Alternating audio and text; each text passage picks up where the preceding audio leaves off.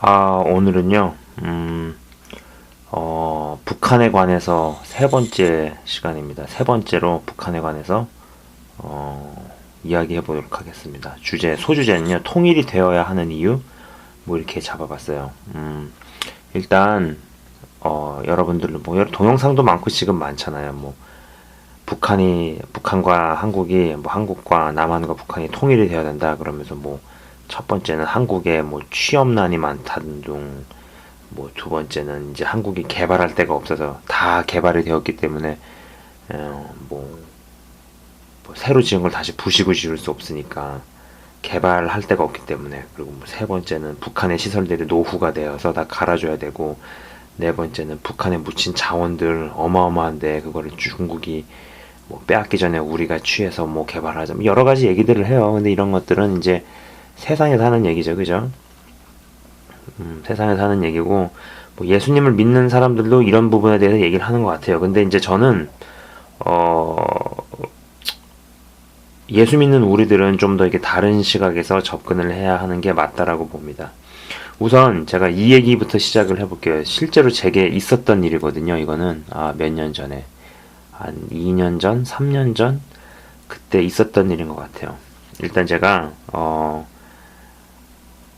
신학교에서 이제 공부하고 있는 중에 어떤 이제 콜스들을 듣게 되었거든요. 콜스를 듣는데 이 콜스가 좀 약간 많이 읽어야 되는 과목이었어요. 그래가지고 유달리 도서관을 갈 일이 좀 많았던 거죠. 근데 이제 혼자 도서관을 가면은 다 좋은데 그때 이제 문제가 뭐였냐면은 화장실을 가야 될 때 누가 짐을 봐줄 사람이 없는 거였어요.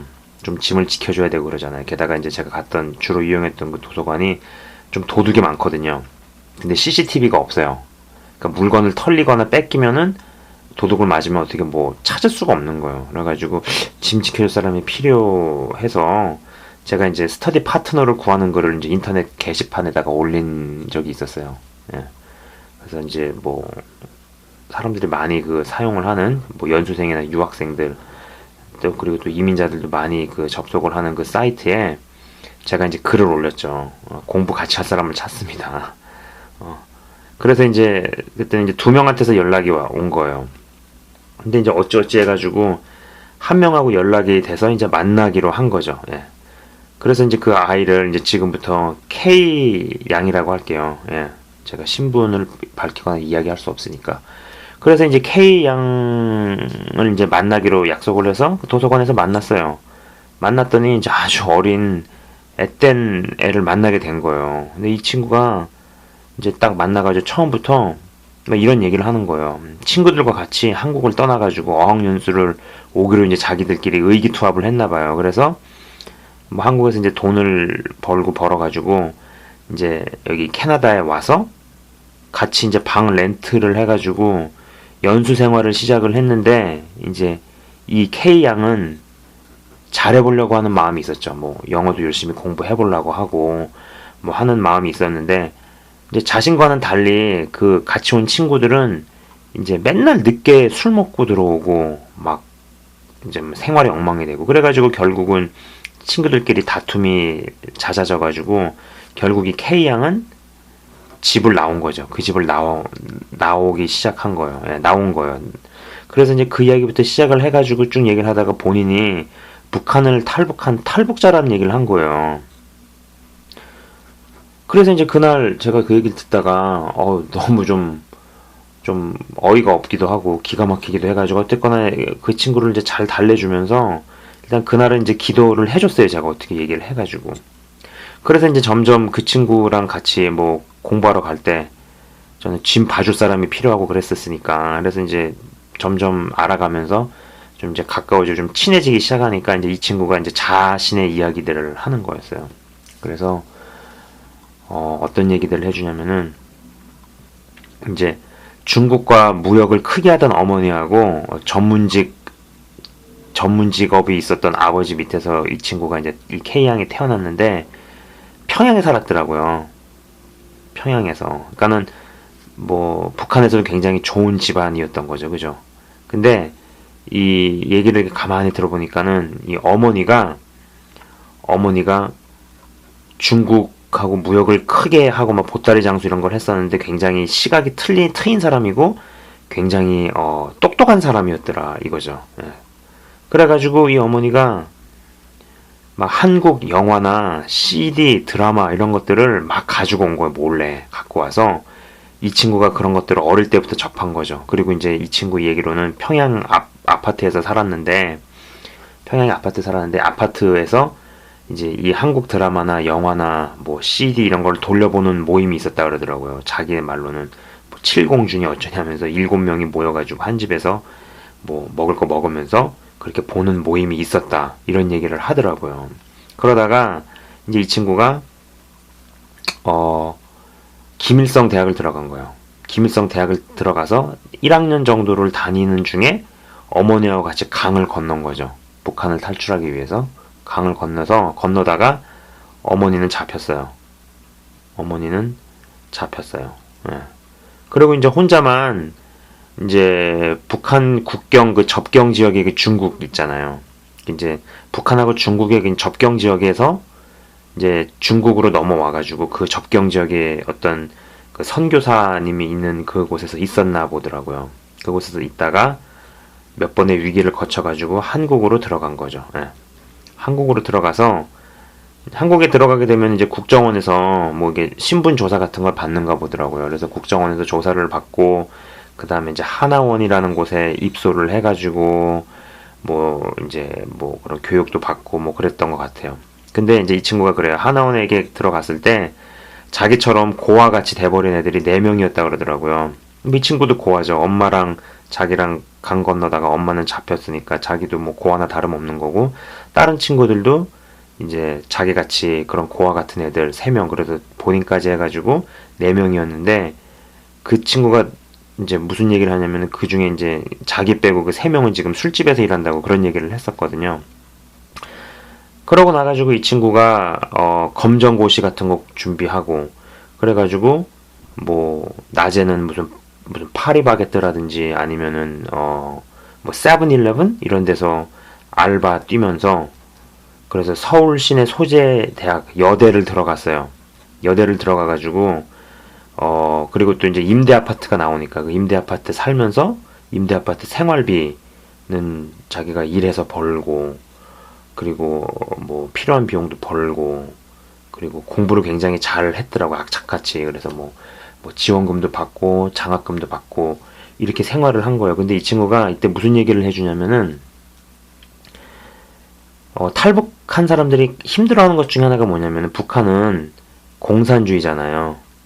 그죠? 근데 남한에 오게 되면 한국에 오게 되면 여기는 이제 자본주의니까 정신세계가 이 공산주의에서 자본주의로 이 바뀌는 게 굉장히 어렵다고 그런 얘기를 하더라고요. 그리고 또 북한은 배급제잖아요. 배급제인데 공산주의와 이 배급제의 어떤 그런 사고방식, 세계관이 자본주의로 완전히 이렇게 바뀌는데 본인이 겪은 스트레스가 무지하게 많았다라는 거죠. 그래가지고 뭐 파리바게트에서 일하다가 막 주인하고 싸우고 세븐일레븐에서 일하다가 막 주인 얼굴에다가 막 집어던지면서 혼자 잘 먹고 잘 살아라 막 욕하고 싸우기도 하고 이런 시간이 한 몇 년 됐다 그런 얘기를 하더라고. 2년에서 한 3년 정도 약간 그런 굉장히 힘든 시기가 있었다 뭐 이런 얘기를 하더라 이거죠. 그죠? 그러고 그런 생활을 하던 중에 그런 생활을 이제 이렇게 하다가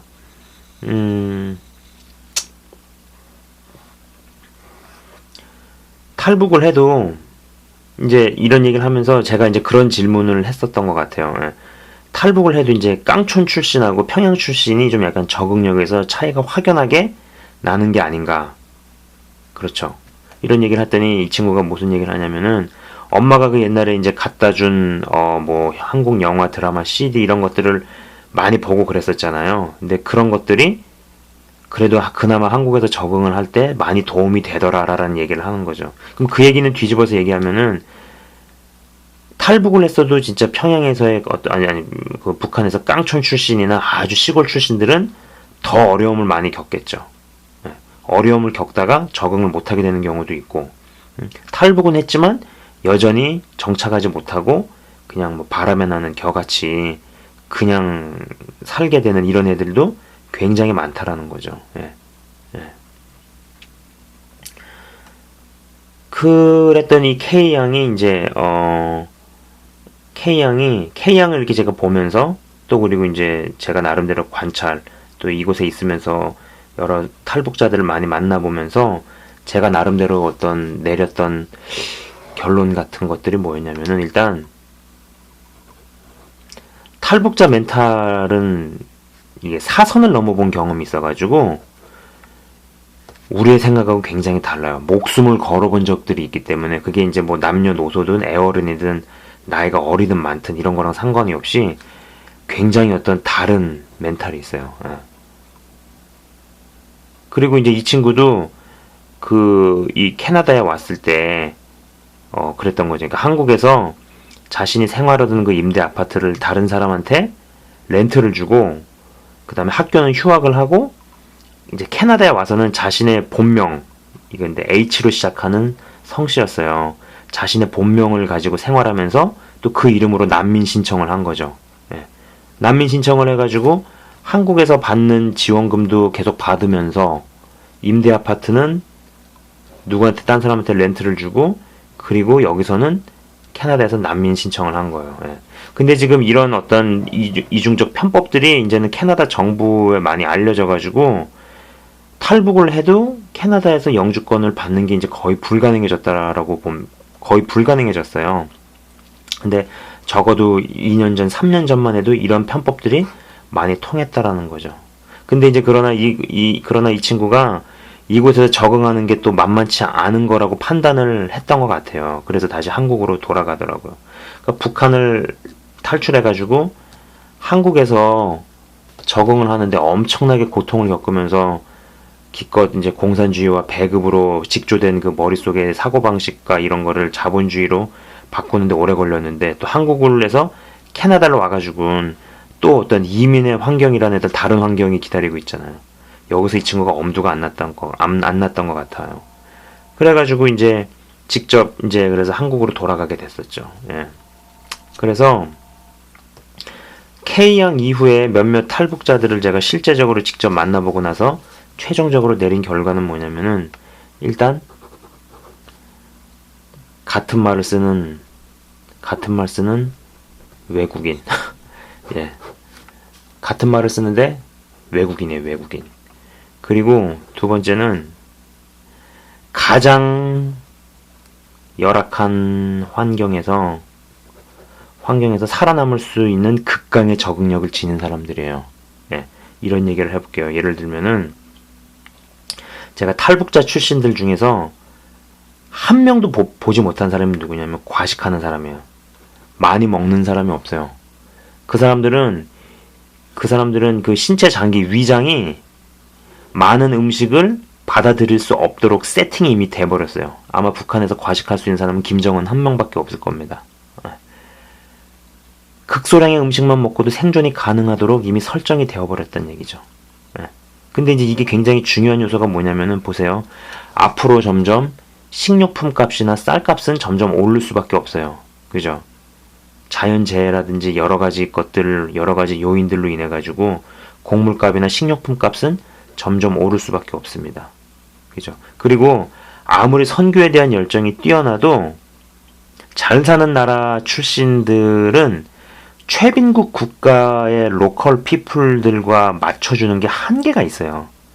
그거는 그 사람들이 뭐 신앙이 안 좋거나 아니면 윤리적으로 잘못됐고 뭐 선교 사인 척하지만 양아치들이고 이런 사이드의 측면이 아니고 그 사람들도 결국 자기가 나고 자란 환경의 산물이기 때문에 거기서 맞춰주고 내려가는 한계가 정해져 있다라는 거죠. 이게 만약에 기준치라면은 그 사람들은 잘 사는 나라에서 헌신하는 사람들은 요 정도까지밖에 못 내려간다 치면은 북한에서의 기독교인들은 여기서 더 내려가서 여기를 뚫을 수 있다라는 거죠. 그죠? 제가 그런 얘기를 들어봤어요. 이분이 이집트에서 사역하시는 분인데 사실 이집트가 굉장히 힘든 나라죠. 예. 미전도 종족이고 중동 지역이고 그 수천 년 전에 하나님 대적하던 국가였잖아요. 그래서 이집트에서 사역하시는 분인데 이분이 자녀들이 좀 많아요. 근데 아무튼 어쨌거나 한 사역비, 그 교회나 선교단체에서 후원 받는 돈이 한 800불, 1000불 되나 봐요. 이것도 굉장히 적게 받는 거예요. 예. 근데 이분이 뭐라 그러냐면은 사실 800불, 1000불 가지고 그렇게 살면서 자기 인생 헌신해가지고 선교하는 거 대단한 거잖아요. 굉장히 훌륭한 일이고 칭찬받을 일인데 이분이 뭐라 그러냐면 사실 로컬 사람들하고 맞추기 위해서는 여기서 더 내려와야 된다라는 거예요. 600불 정도 수준으로 내려와야 되는데 이것까지는 자기가 엄두가 안 난다라 이런 얘기를 하더라고요. 그죠? 근데 이러한 어떤 한계들을 북한의 기독교인들은 깰 수 있다라는 거죠. 자, 제가 이제 결론적으로 얘기를 해보겠습니다. 제가 약간 좀 버벅된 부분이 있는데 무슨 얘기를 하시는지 이해를 하셨을 거라 봐요. 예. 탈북을 해도 어떤 개인차라든지 지역차라든지 적응 능력이 확연하다라는 거죠. 분명히 다르다라는 겁니다. 그죠? 그런데 그 친구 아까 제가 이야기했던 그 K양 같은 경우만 해도 굉장히 집안이 좋았고 여러 여건 때문에 한국적인 그런 것들을 접할 수 있는 기회가 남들보다 많았고 또 그러한 부분이 한국에 탈북을 해서 한국에 왔을 때 자본주의를 받아들이고 어떤 다른 환경에 적응하는데 굉장히 도움을 미쳤다라는 거죠. 그 얘기는 북한에서도 깡촌 출신이나 시골 출신들은 적응을 못하거나 아니면은 되게 힘든 경우가 많다라는 얘기죠. 그리고 실제로도 그렇다라는 거죠. 그죠? 그러면은 그 사람들이 북한을 탈출을 해가지고 탈북을 해서 한국에 적응을 하는 것보다 차라리 통일이 돼가지고 한국에 있는 사람들이 북한에서 여러 재건 사업도 함과 동시에 여러 산업을 일으킴과 동시에 그들을 돕고 섬기는 게 낫다라는 거죠. 전자보다는 그래도 후자가 낫지 않겠느냐 이런 시각이고요. 그래서 그렇기 때문에 통일이 되어야 된다라는 거고요. 두 번째는 뭐냐면은 북한 사람들의 위장은 북한 사람들의 어떤 그런 신체적인 조건이나 이런 것들은 최소한의 극소량의 식량을 가지고도 생존이 가능하게끔 이미 세팅이 되어 있다라는 거죠. 이거는 누구도 갖추질 못했다라는 겁니다. 그죠? 우리는 환경의 산물인 걸 인정을 해야 돼요. 아무리 하나님에 대한 열정과 미존도 종족을 살리고자 하는 열정이 가득하고 그 열망이 있어도 내가 태어난 곳이 미국이라든지 캐나다라든지 한국이면은요 어느 삶의 그 레벨이 있거든요. 미니멈 레벨. 그 밑으로 내려가기가 정말 어려워요. 왜냐면 환경의 산물이니까. 그죠? 지금 이 방송을 들으시는 분 중에서 과식을 안 하는 사람은 없을 겁니다. 좀 음식이 맛있거나 하면 많이 먹잖아요. 근데 제가 만나본 탈북자 출신들은 과식하는 사람을 한 명도 본 적이 없어요. 위장이 담을 수가 없게 돼 있어요. 네. 그런 사람들이 정말 어려운 그런 나라까지도 들어가서 선교를 하면은 그때 뭔가가 터지지 않겠느냐 그런 거죠. 그래서 이 두 가지 요인 때문에 그들이 북한을 탈출해가지고 한국에서 적응을 하려면 얼마나 심적인 어려움이 있겠느냐. 그렇기 때문에 통일이 돼서 그들이 탈북을 하는 것보다 여러 인도주의적인 차원이나 다른 도움이 북한으로 들어가서 이들을 살리는 것이 훨씬 낫다. 그런 관점이고요. 또 두 번째는 뭐냐면은 그들의 신체 조건이라든지 장기는 극소량의 음식으로 생존과 적응이 가능하도록 되어 있기 때문에 아무리 힘들고 어려운 최빈국의 어려운 미존도 종족 국가에 가서도 얼마든지 로컬 사람들의 눈높이로 심지어는 그 눈높이보다 더 밑으로 내려가서도 맞출 수 있는 게 가능하다는 겁니다. 이 두 가지 이유 때문에라도 이제는 북한하고 우리나라가 한국이 통일이 되어야 된다라는 거죠. 예. 이거는 약간 좀 이외의 얘기긴 하지만은 아시안 하이웨이라는 개념이 있어요. 그리고 이제 그 고속도로 표지판도 이미 만들어져 있고요. 그죠? 그리고 운전하시는 분들은 보셨을 거예요. 아시안 하이웨이. 그래가지고 그 아시아 쪽 국가들은 이미 합의를 본 거죠. 그 시작이 일본에서부터 시작합니다. 그죠? 일본에서 시작하고 그것이 한국으로 이어져서 중국으로 인도로 이렇게 쭉 이어진다라는 거죠. 그죠? 여기에 위치해 있는 나라가 북한이죠. 예. 그렇기 때문에 이 영적인 자기네들의 견고한 죄는 사단은 쉽게 포기하지 않는 거예요. 예. 독재가 3대가 이어진 나라는 전 세계 한 군데도 없습니다. 예. 그 전에 다 끝났고요. 다 망했는데 여전히 여기만 70년 거의 가까이 지금 가고 있죠. 그러나 이게 이제 뚫리면서 여기가 쭉쭉쭉 다 연결이 될 겁니다. 그리고 이거는 이미 국가들 사이의 나라 얘기가 다 끝난 거예요. 실제로 여러분이 이게 못 믿어지신다 시면은 구글이나 이런 데서 아시안 하이웨이 치시면 한가득 나옵니다. 예, 그죠? 그래서 이런 것이 이루어질 때 아마 북한 사람들, 북한에서 정말로 예수님을 믿고 신앙을 유지했던 그 사람들이 아마 그 누구도 해내지 못했던 미존도 종족 선교에 있어서 엄청난 일들을 해낼 수 있을 거예요. 그리고 그걸 위해서 이 사람들은 어마어마한 훈련이 되어 있다라는 거죠. 예. 자, 오늘은 북한에 관해서 세 번째 시간으로 왜 통일이 되어야 되는지에 대해서 좀 나누어 봤습니다. 예. 왜 통일이 되어야 하는가? 세상적인 접근도 뭐 맞는 얘기들도 있고 필요한 거지만은 예수 믿는 사람들은 좀 다른 시각에서 보는 것이 필요하다고 생각을 해서 한번 만들어 봤고요. 그리고 이제 저는 개인적으로 그 K양 한국으로 돌아갔는데 모르겠어요. 제가 그 친구랑 이제 소식이 끊어졌는데 북한에서 이제 강을 건너다가 엄마가 잡혔다 그랬잖아요. 잡혀서 뭐 이제 감옥으로 갔는가 보더라고요. 근데 이제 엄마를 빼내려고 뭐 이제 돈을 보내고 뭐 어떻게 하고 뭐 이런 얘기까지만 제가 들었거든요. 마지막으로 들은 게. 근데 정권이 김정은 정권으로 바뀌면서 그 비용이 너무 올라서 사람을 하나 빼오는 비용이 너무 올라가지고 조금 어려워한다. 뭐 여기까지만 제가 얘기를 들은 것 같아요. 근데 아무튼